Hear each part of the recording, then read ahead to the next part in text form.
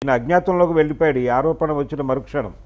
Johnny master industry మీద 2 రకాల గొడవలు ఒకేసారి జరిగినాయి. అంటే ఒకవైపు జానీ మాస్టర్ వివాదం మొదలవటానికి ముందే లైంగిక వేధింపులకు సంబంధించి కేరళలో వేసినటువంటి జస్టిస్ హేమా కమిటీ తాలూకా ప్రతిస్పందనలు ఇక్కడ కనిపించడం మొదలైనాయి.